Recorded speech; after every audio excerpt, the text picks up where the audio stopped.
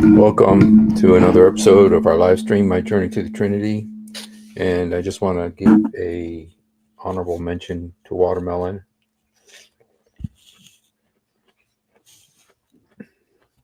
I haven't done a watermelon episode in a long time.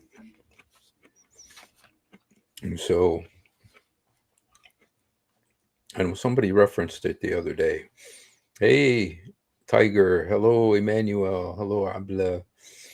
God bless you all. And hope that you're doing good. My wife and me watched watched the Chronicles of Narnia today. Now I got a really, it was for those of you who don't know, um, most Christians I think probably in America probably have know about the Chronicles of Narnia. Chronicles of Narnia are kind of like a fantasy genre symbolic telling of the gospel in a symbolic children's story type of a way. And I think you should watch it. It is got some. First of all, C.S. Lewis wrote it. Who is one of the greatest Christian minds of the 20th century, and he wrote it, and it's written in 7 parts. And it's so famous that Disney made a big movie of it in, I think, 1997 or something like that, and it was a huge success. But they've got like 6 other parts, but they didn't really do that well. But it really has a lot of subtle Islamic elements in it. And as we were watching it, I was thinking, it's very interesting. And I'm not the first one to notice that. There are many. Let me just give you an idea what the Chronicles of Narnia is about, just for those of you who've never seen it. No spoiler alert here. This is famous story. There you can see the lion, and the lion. Um, what happens is that there's these 4 kids during World War II in the night, like 1940, and these 4 kids. What they used to do in England to protect their kids, they would send them out to the country because most of the bombing raids, like the Nazi bombing raids, would be against the big cities, like Birmingham and London, and so what they would do is they would send the kids to the country because it would be safer for them. So these 4 kids were sent out to the country, and while they're out in the country, in this house with this old man, and uh, they the youngest little girl sees a big wardrobe, a big, like the cupboards that you put clothes in. And so she opens it and she goes inside of it. And then as she goes inside of it, she finds out, wait a minute, there's a whole world. She goes in and there's snow and she's in another world. And that world is Narnia. It's called Narnia, and it's a land and it's all snow. And she meets a faun who tells her that he works for the witch, and there's a witch in this place, and so and then what happens is that when she goes back, and her brother comes. Her brother's name is Edmund, and he comes, but instead of being met by the faun, he's met by the witch. And the witch gives him a little treat. It's kind of got an Adam and Eve type of a thing there with the apple. But here the treat is called Turkish delight.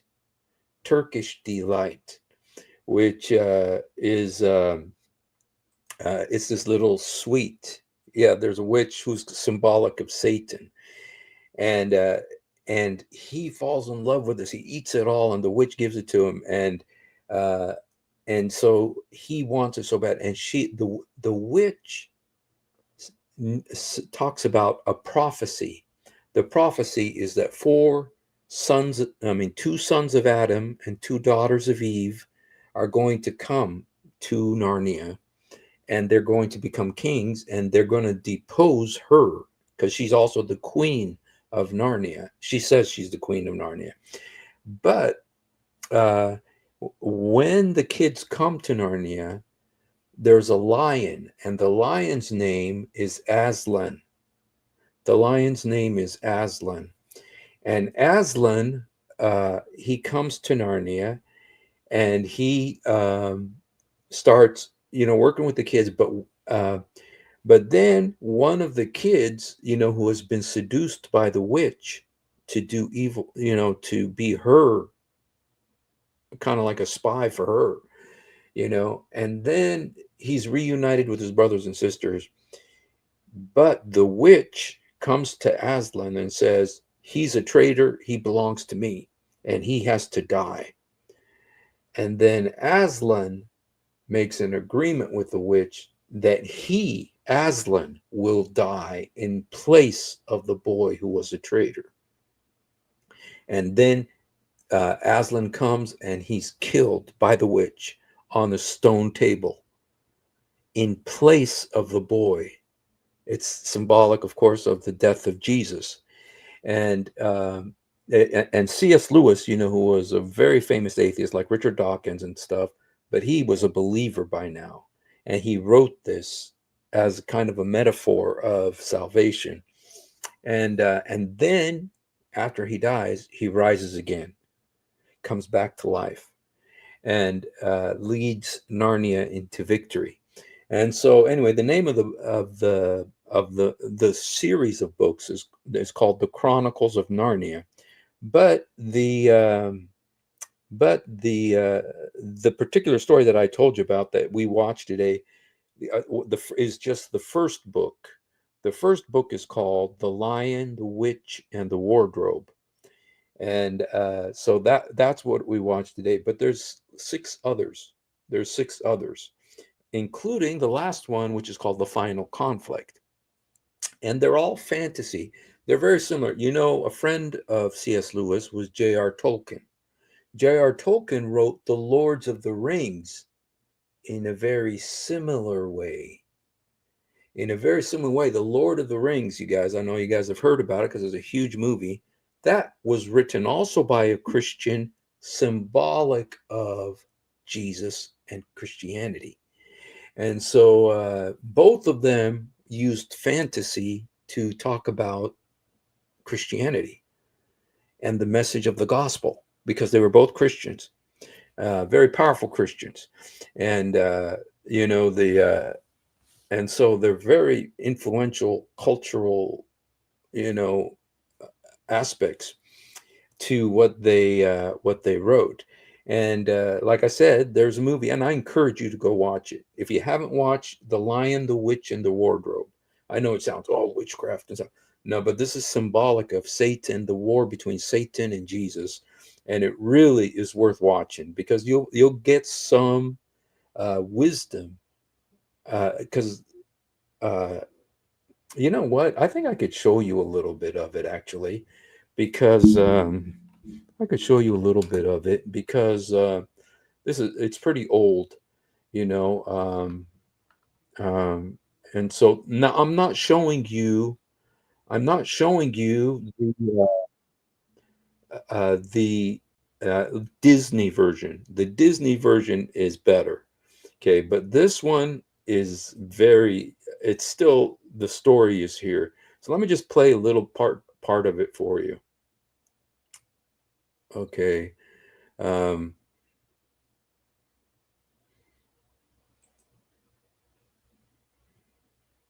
Renounced her claim. An Empress of the Lone Islands desires safe conduct to come and speak with you. Queen of Narnia, indeed. Why, of all the cheek! Peace be. okay. Now the queen wanted to come talk to Aslan. So here. Eva. Tell your mistress that I grant her safe conduct on one condition. That she leave her wand behind at that rock. She expected such a request, and agrees. My people will go with you to see that the condition is properly observed.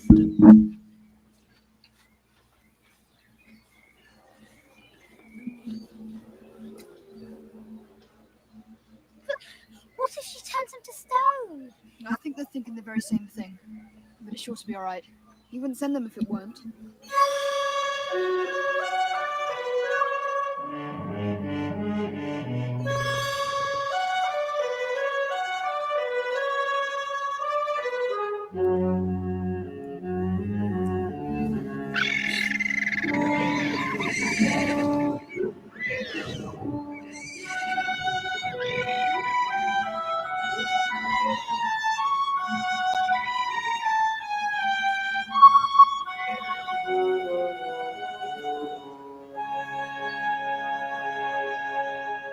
Aslan,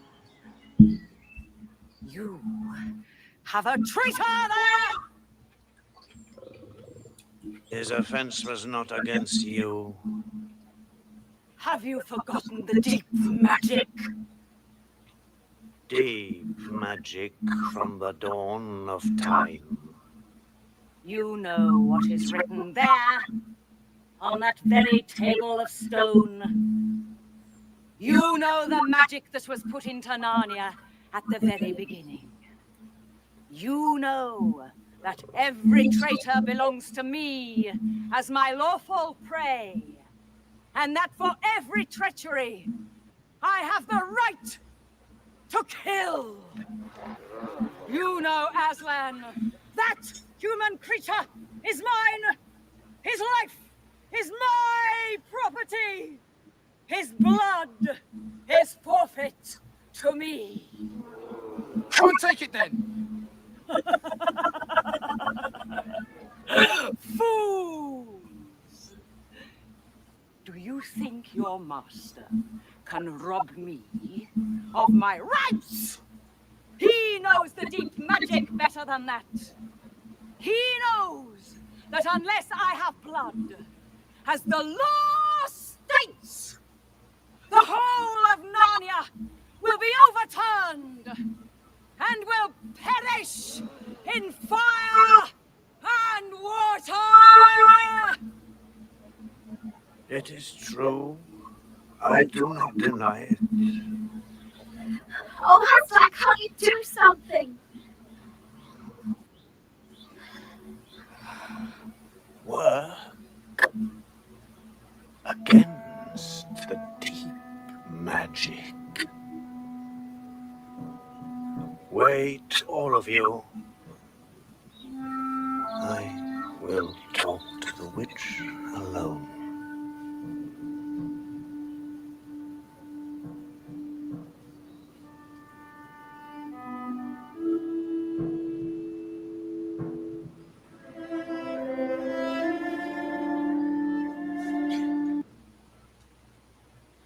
Okay, and so what happens? So what happens is that Aslan makes an agreement with the witch that he will die in place of that boy. And so let me just show you the part where.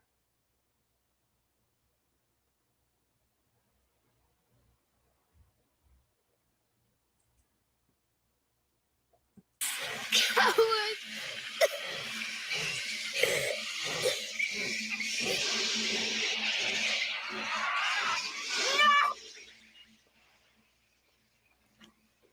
And now, who has won? Fool! Did you think by all this you would save the human creature? As agreed in our pact, I will kill you instead of him. And so the deep magic from the dawn of time will be appeased. But when you are dead, what is to stop me from killing him too? You have given me Narnia forever. You have lost your own life, and you have not saved his. Okay. So that's the Chronicles of Narnia. And like I said, I really encourage you to watch it just because uh, there really is some really awesome principles. And C.S. Lewis, of course, one of the greatest minds of the 20th century, Christian uh, thinkers of the there's this version, but there's a better version. The better version is the Disney one. Disney made a Chronicles of Narnia that's better than this one. It had Tilda Swinton. She's a very big actress, and she played the witch. And so, anyway, but either one, it's good. But you know, these are the most famous of C.S. Lewis books, and you know, C.S. Lewis has written some amazing books. One of his books was very instrumental in bringing Apostate Prophet to the Lord. Apostate Prophet was listening to the book Mere Christianity by C.S. Lewis, which is a powerful book. And if you want to, I encourage you to read that one too. And so his books are, you know, very cornerstone for apologetics. And he was from Oxford University, a professor there, and, you know, extremely amazing Christian thinker. So anyway, so he wrote these books, and these are his most famous books. And there are children's books, but I tell you what, you guys, they're not just children's books like the Lords of the Rings, because he was friends with J.R. Tolkien, and they both had these kind of metaphorical books about the gospel, both Lord of the Rings and Chronicles of Narnia. So anyway, I encourage you to go watch it. It really is worth it. But I wanted to tell you that there's something else that I discovered today that I think is very interesting. See, um, C.S. Lewis was born like 1917, I think, 1919, and it was a few years after the Armenian genocide. And what somebody was saying today, I watched on a video, is that the Chronicles of Narnia is also about the plight of the Armenians, because there's a real emphasis on the Christian minority, um, in Turkey. And what is the forbidden fruit? What is the forbidden fruit in the Chronicles of Narnia? It's Turkish delight. Turkish delight, and Edmund eats of it and is seduced to follow the witch. Same way mankind ate the apple and was seduced to follow Satan. And yes, and there's several points in this. One of the books is actually called Caspian, Prince Caspian, which is right by the Caspian Sea, which is right on the border there of Armenia and Iran. And so you see this, there's really this telling of the Armenian genocide and the struggle of Christians in Arabic. You know what? I could actually show you that part.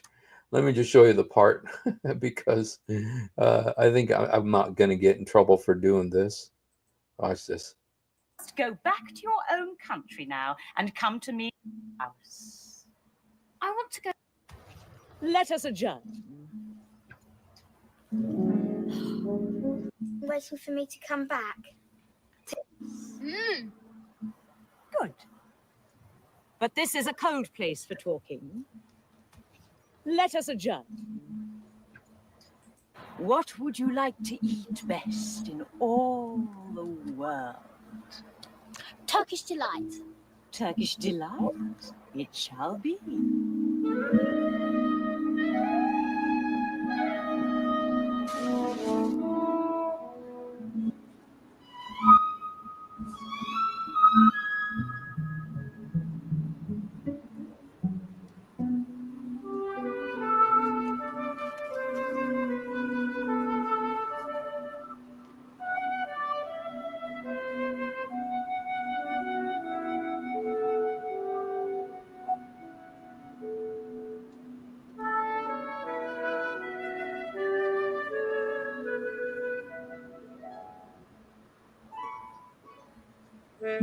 Delicious? Mmm.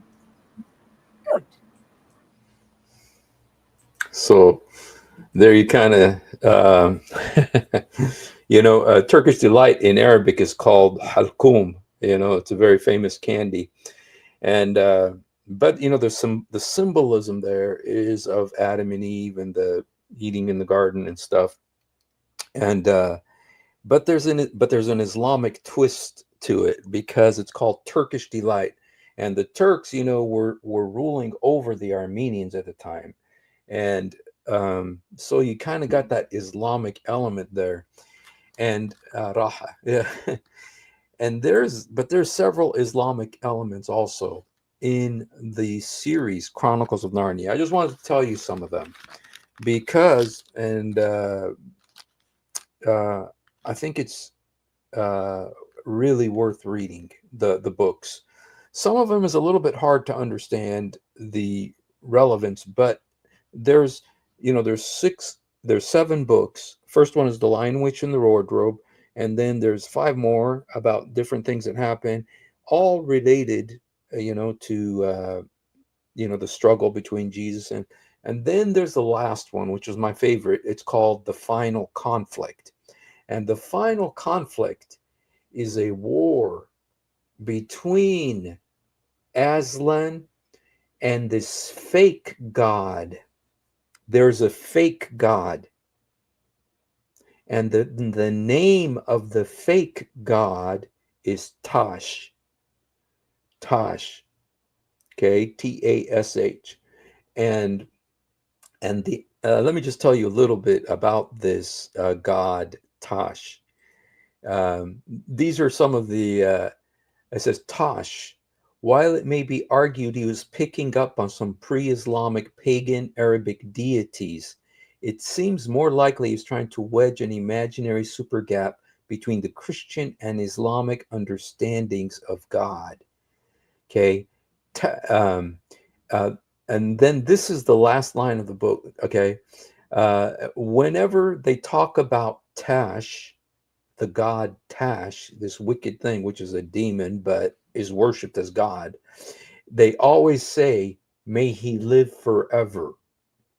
Now, this is what one writer said about that. He said, may he live forever was inserted as the magic phrase for Tash, sounding quite a bit like peace be upon him, as Muslims use at the mention of Muhammad. Only in English they say use that. Okay. But in the plot line, the last book in the series involves an attempt by the characters to conflate Aslan with Tash as being the same, reminiscent of the ongoing discussions whether Christians and Muslims worship the same God.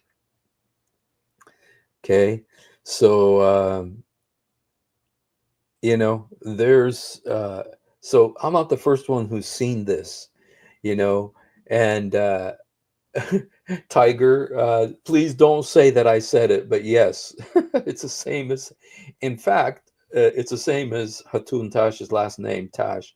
Yes. In fact, Tash means stone. It means a stone. And look what it says about the enemies in the Chronicles of Narnia.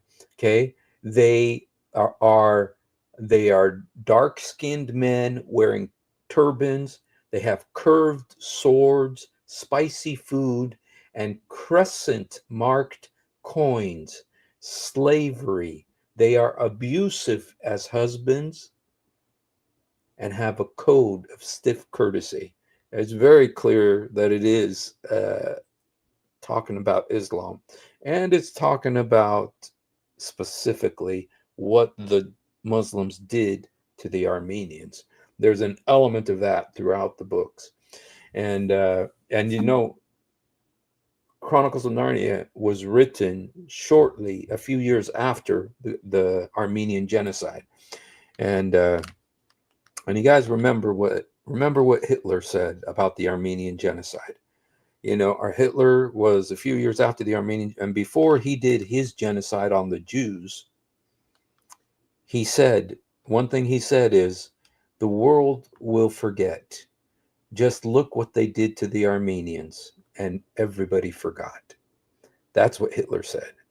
And so, but C.S. Lewis did not forget. And so you see these elements of the Armenian culture also in these books. Okay. But, you know, the more important thing is the elements of Jesus in this book, the symbols of Jesus. And so let me just tell you a little bit what happens in the very last book. It's called The Final Conflict. It says that all of a sudden this god Tash, and Tash means stone. And so it's people that worship a stone. I don't know, have you heard of anything like that? And so it's kind of like a stone worshiper, okay? Kind of like the Kaaba in Mecca. And and so there you see that C.S. Lewis was, you know, kind of showing that there was going to be this face-off between, kind of like Elijah's conflict between Baal and Yahweh, that there's going to be a face-off between Tash and Aslan. Aslan being the lion, symbolic of Jesus, but just so you know, the name Aslan is also the Turkish word for lion. Aslan is the Turkish word for lion. Okay. And so there's this conflict. But before, you know, the final victory where Aslan is victorious and people are taken to heaven, and which is Narnia in the very end. I don't want to tell you everything. Oh, it did? Okay. Yes. There's an attempt by people to make the two gods one god, Tash and Aslan, to make them into one god, to say they're the same god. And the name of that god is Tashlan. Tashlan. Tash, the symbolic of Allah, and Aslan, symbolic of Jesus. So they're putting the two together. My old friend's surname is Aslan, and she's Kurdish. Well, the Kurds, you know, look, I love the Kurds. I've been to Kurdistan many times, and but they were very, you know, they're a Muslim originally, and they were very much a part of what the Ottomans did to the Armenians as well. So it's very bad. So anyway, so you got these Islamic elements in the Chronicles of Narnia very clearly. You know, the Turkish delight, the crescent moon, and the descriptions of these soldiers, and they're called let me tell you what they're called. They're called collar means. Collar means is the name of these soldiers, okay, who are on the side of Tash. So anyway, I just want to do a little thing because we watched. I pray for Ali Dawa that he'll repent because time is so short, man. And you know what? He's been such a great asset to the kingdom of God. Ali Dawa said the stuff he says about Islam makes Muslims leave Islam. Makes Muslims leave Islam. When he led that tranny, you know, when he was taking that tranny, having dinner with that tranny and everything, and taking him or her to his house or whatever and talking to him, that tranny ended up becoming Christian. Don't forget that. And so and then he's the one who said, you know, that this whole scientific miracle of Islam is a total farce, you know. And he's the one who sat with Muhammad Hijab and said it's okay for men to have secret wives. And now he's doing all of these stuff to defend Muhammad hijab. Whenever he talks, it helps us. It helps Christians. And then, of course, not to forget halal cat food. And we can't forget halal cat food, you know. And so, anyway, so yeah, but I've been to Kurdistan many times, and I've really, God is really moving among the Kurdish people. You know, the Kurds, whenever there's in a Muslim country where there's a Muslim minority, what I mean is like in Algeria, there's a minority group. Okay, they're not Arab. They are Muslim, but they're not Arab, and they're called Berbers. They're called Berbers, and you know, in fact, that's the song. You know, from the halls of Montezuma to the shores of Tripoli. You know, it's talking about the Barbary pirates. Is from Berbers. Okay, and uh, and so so anyway, you see, got this minority population, the Berbers, in the midst of all these Arabs in Algeria. Well, these minority Muslim populations, they are coming to the Lord by the truckloads. They're leaving Islam. They're sick of Islam and they're sick of Arabs. They hate Arabs, and because of their hatred of Arabs, they are hating Islam too, and they're leaving Islam by the truckloads. You know, is Brother Rashid the Berber? I'm not sure if he is, but there are Berbers in Morocco as well. They are a minority there. And all of Northern Africa there's lots of Berbers, and there's other groups too. There's the, what do they call them? The Amazighi. You know, that's another group. Those are mostly in, I think they're in Morocco too, Amazighian. And so wherever those people, wherever there's a minority Muslim population in the midst of a large Arab population, quite often they leave Islam because they hate the Arabs, because of the way the Arabs treat them. And that's what happened in Iraq as well. The minority Muslim population in Iraq was the Kurds.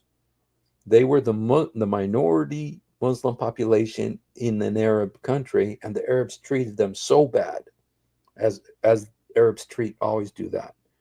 You know, and I'm an Arab, so it's not like I'm just being racist or something. We're terrible to other peoples that live in our countries, and that, so they, you know, like Saddam Hussein gassed the Kurds. He literally gassed them. You know, thousands died. You know, and so you know, the Kurds hate the Arabs. They hate the Arabs, and the Arabs have earned their hatred.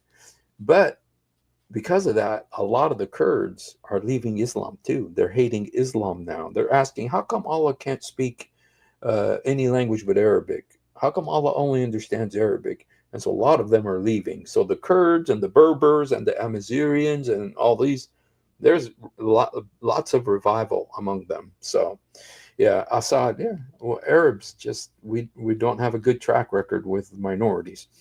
And now it's the Alawites and the Christians and the Druze. And so anyway, so Chronicles of Narnia, I encourage you to go read them. They're wonderful. Or watch the movie. At least watch the movie. But watch the Disney one. The Disney one is even better than the this one that I was showing you, the BBC one. And but you're going to learn some things, because it really is about the Lord. It really is about Jesus. And so, all right, you guys. Well, I just wanted to do that little thing there, talk a little bit about that. I got to prepare for a message tomorrow, so I'm going to have to take off early today. Thank you for being with us. If you haven't done it, please do it now. Jesus, help me. Jesus, forgive me. Jesus, come into my heart. Jesus, help me. Jesus, forgive me. Jesus, come into my heart. Yesur, sa'idni. Yesur, samahni. Yesur, udkhul qalbi. We love you, but much more importantly, he loves you. So have a great night. Thanks.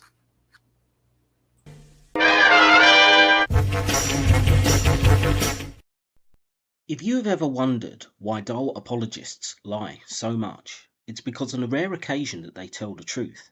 This happens. One of the reasons I accepted Islam was the scientific miracles. I'll be honest with you.